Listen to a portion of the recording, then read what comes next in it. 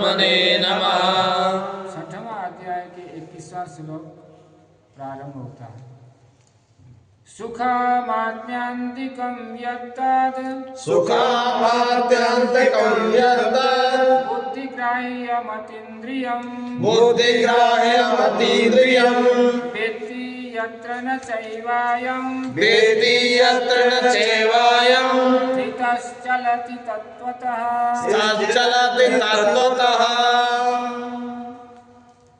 भगवान कहते हैं कि इंद्रियों से अतीत केवल शुद्ध हुई सूक्ष्म बुद्धि के द्वारा ग्रहण करने योग्य जो अनंत आनंद है, उसको जिस अवस्था में योगी अनुभव करता है और जिस अवस्था में स्थित यह योगी परमात्मा के स्वरूप से विचलित होता ही नहीं है, वह अवस्था उसका लक्ष्य है।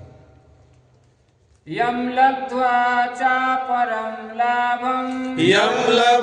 चापरं लाभं मन्यते नाधिकं ततः यस्मिन् स्थितो न दुःखेन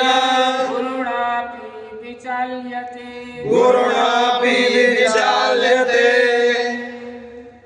भगवान कहते हैं कि परमात्मा की प्राप्ति रूप जिस लाभ को प्राप्त होकर उससे अधिक दूसरा कोई भी लाभ नहीं है, उस लाभ को प्राप्त होकर जो है और परमात्मा प्राप्ति रूप जिस अवस्था में स्थित योगी बड़े भारी दुखों से भी चलायमान नहीं होता। जब उसे परमात्मा प्राप्ति हो जाती है तो ये लौकिक दुख हमें तुम्हें देखने में लगते हैं कि बहुत बड़ा दुख है, लेकिन उसके ऊपर उसका किंचित प्रभाव नहीं होता, क्योंकि वो भगवान का खेल मानता है। उसको केवल भगवान की इच्छा और अपना प्रारब्ध मान करके वो आनंद से उसमें निर्वाह करता है। तं विद्या दुख संयोग वियोगं योग संगितं सनिश्चयेन योक्तव्यो योगो निर्वेण चेतसा। कहते हैं कि जो दुख रूप संसार के संयोग से रहित है तथा जिसका नाम योग है, उसको जानना चाहिए। वह योग न उकताए हुए अर्थात धैर्य और उत्साह युक्त चित्त से निश्चय पूर्वक करना कर्तव्य है।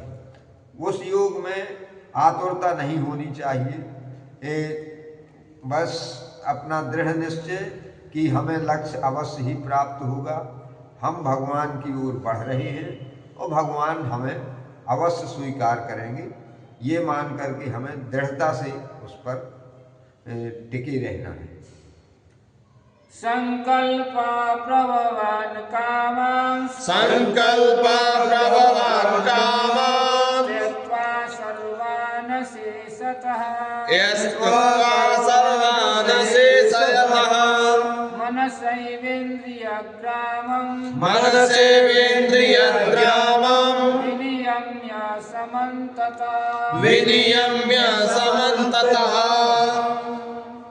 इसलिए मनुष्य को चाहिए कि संकल्प से उत्पन्न होने वाली संपूर्ण कामनाओं को निश्शेष रूप से त्याग कर, एकदम जैसे कभी हमने सुना भी न हो, इस प्रकार से उसका परित्याग करके मन के द्वारा इंद्रियों के समुदाय को सभी ओर से भली भांति रोक करके और अपने लक्ष्य की ओर निश्चित करके दृढ़ रहना है, आगे बढ़ते चलना है। शनैरुपरमेत् बुद्ध्या धृतिगृहीतया आत्मसंस्थं मनः कृत्वा न किंचिदपि चिन्तयेत्। प्रकार से क्रम से अभ्यास करता हुआ उपरति को प्राप्त हो। उपरति कहते हैं इसी को, यानी समस्त इच्छाओं से रहित हो जाए व्यक्ति, उसे उपरति, उसी को विरक्ति कहते हैं, उपराम हो जाना कहते हैं, निश्चेष्ट उस तरफ से। तो कहते हैं कि उपरति को प्राप्त हो तथा धैर्य युक्त बुद्धि के द्वारा मन को परमात्मा में स्थित करके परमात्मा के सिवा और कुछ भी चिंतन न करे। इस प्रकार से उसे अपनी साधना को आगे बढ़ाना है। यतो यतो निश्चरति यतो यतो निश्चरति मनश्चञ्चलमस्थिरं मनश्चञ्चलमस्थिरम् ततस्ततो नियम्यैत ततस्ततो नियम्यैत आत्मन्नेव वशं नयेत् आत्मन्नेव वशं नयेत्। परंतु जिसका मन बस में नहीं हुआ है उसको चाहिए कि यह स्थिर न रहने वाला और चंचल मन जिस जिस शब्दादि विषयों के निमित्त से संसार में विचरता है, यानी इस पर ध्यान रखना है कि अब कहाँ पहुँच गया, किसका चिंतन करने लगा रहे हम यहाँ और वो कहाँ पहुँच गया, तो उसे हटा करके फिर इसी में लगाना है। उस विषय से रोक कर, यानी हटाकर उसे बार बार परमात्मा में ही निरुद्ध करना है। जब वो दृढ़ता से हमारा अभ्यास बढ़ जाएगा तो फिर वो कहीं ना जा पाएगा, क्योंकि उसके पीछे हमारी कमजोरी है। हम उसके पीछे लग जाते हैं तो ये ध्यान भूल करके उसके जहाँ वो जाता है वहाँ का रस लेने लगते हैं। इसलिए हमें दृढ़ता से उसको निरुद्ध करना है। जहाँ हम लगाना चाहें वहीं लगे वो। प्रशान्तमनसंह्येनं योगिनं सुखमुत्तमम् योगिनं सुखमुत्तमम् उपैति शान्तरजसम् ब्रह्मभूतमकल्मषम्। कहते हैं भगवान, क्योंकि जिसका मन भली प्रकार शांत है, जो पाप से रहित है और जिसका रजोगुण शांत हो गया है, ऐसे इस सच्चिदानंद ब्रह्म के साथ एक ही भाव हुए योगी को उत्तम आनंद प्राप्त होता है। यानी भगवत साक्षात्कार का या उनमें तदाकार होने का उसे आनंद मिलता है। युञ्जन्नेवं सदात्मानं योगी विगतकल्मषः सुखेन ब्रह्म संस्पर्शः मत्यन्तं सुखमश्नुते। भगवान कहते हैं कि वह पाप रहित योगी इस प्रकार निरंतर आत्मा को परमात्मा में लगाता हुआ सुखपूर्वक परब्रह्म परमात्मा की प्राप्ति रूप अनंत आनंद का अनुभव करता है। अब इस विषय का छोटा सा उदाहरण है। स्वामी हरिदास जी जो बांके बिहारी को जिन्होंने प्रकट किया, तो वे पहले जब मंदिर की सेवा सब पूरी हो जाती थी तो फिर निधिवन में चली जाती थी। वहाँ अकेले बैठे हुए निरंतर भगवान की लीलाओं का प्रत्यक्ष दर्शन करते थे और उनके साथ खेलते थे। उनकी जैसे वो एक कहानी क्या, एक उन प्रसंग है, एक भक्त इत्र की शीशी लेके आया था और वहाँ पहुँचा और वे भाव मगन थे, भगवान की होली देख रहे थे, उसमें शामिल थे। उन्होंने देखा कि राधा जी की पराजय हो रही है, उनके पास कुछ नहीं है भगवान के ऊपर प्रहार करने के लिए।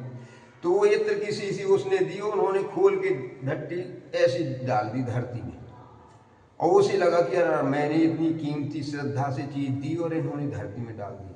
और उन्होंने राधा जी के पक्ष में आकर के सखी भाव में भगवान के ऊपर डाल दी और भगवान राधा जी की विजय हो गई।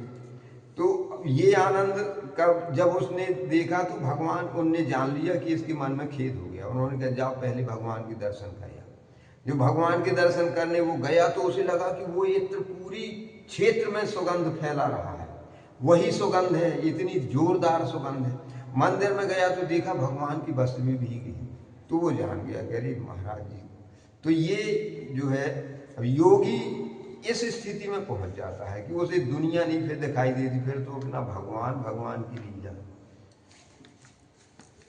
चलिए सर्वभूतस्तमात्मानं सर्वभूतस्तमात्मानं सर्वभूतानि चात्मनि सर्वभूतानि चात्मनि इच्छते योगयुक्तात्मा इच्छते योगयुक्तात्मा सर्वत्र समदर्शनः सर्वत्र समदर्शनः। भगवान कहते हैं कि हे अर्जुन, सर्वव्यापी अनंत चेतन में एक ही भाव से स्थित योग से युक्त आत्मा वाला तथा सब में संभाव से देखने वाला योगी, यानी सब में भगवान है या सब भगवान का ही स्वरूप है, इस भाव से वो सबको देखता है। तो आत्मा को संपूर्ण भूतों में स्थित और संपूर्ण भूतों को आत्मा में अनुभव करता है। इस प्रकार से वो भगवान में तदाकार हो जाता है। यो मां पश्यति सर्वत्र यो मां पश्यति सर्वत्र सर्वं च मयि पश्यति सर्वं च मयि पश्यति तस्याहं न प्रणश्यामि तस्याहं न प्रणश्यामि स च मे न प्रणश्यति स च मे न प्रणश्यति। भगवान कहते हैं यो माम पश्यति सर्वत्र, जो सब जगह मुझे देखता है, और सर्वम च मयि पश्यति, और सबको मुझ में देखता है। तो इस प्रकार से जब उसकी सर्वत्र उसकी जब भगवत बुद्धि हो जाती है तो संपूर्ण भूतों को मुझ वासुदेव के अंतर्गत देखता होगा। उसके लिए मैं कभी अदृश्य नहीं होता, उसको मैं सदैव दर्शन देता हूँ। वो जहाँ देखता है मुझे ही देखता है, और मेरे लिए वो है अदृश्य नहीं होता। इस प्रकार से भगवान कहते हैं कि जो इस साधना में बढ़ता है तो ऐसा आनंद उसे इसी शरीर से मिल जाता है। सर्वभूतस्थितं यो मां सर्वभूतस्थितं यो मां भजते कत्वमस्थितः भजते कत्वमस्थितः सर्वथा वर्तमानोऽपि सर्वथा वर्तमानोऽपि स योगी मयि वर्तते स योगी मयि वर्तते। इस प्रकार जो पुरुष एक ही भाव में स्थित होकर संपूर्ण भूतों में आत्म रूप से स्थित मुझ सच्चिदानंद वासुदेव को भजता है, वही योगी सब प्रकार से बरतता हुआ भी मुझ में ही बरत रहा है। यानी वो सारे काम करते हुए, सबसे मिलते जुलते हुए भी वो सदैव मुझसे ही, मेरे ही सामने रहता है, मुझे ही देखता है और मुझ में ही वो रमण करता है। श्याम रामचंद्र की जय, मोर मुकुट बंसी वाले की जय। आगे की चर्चा कल होगी।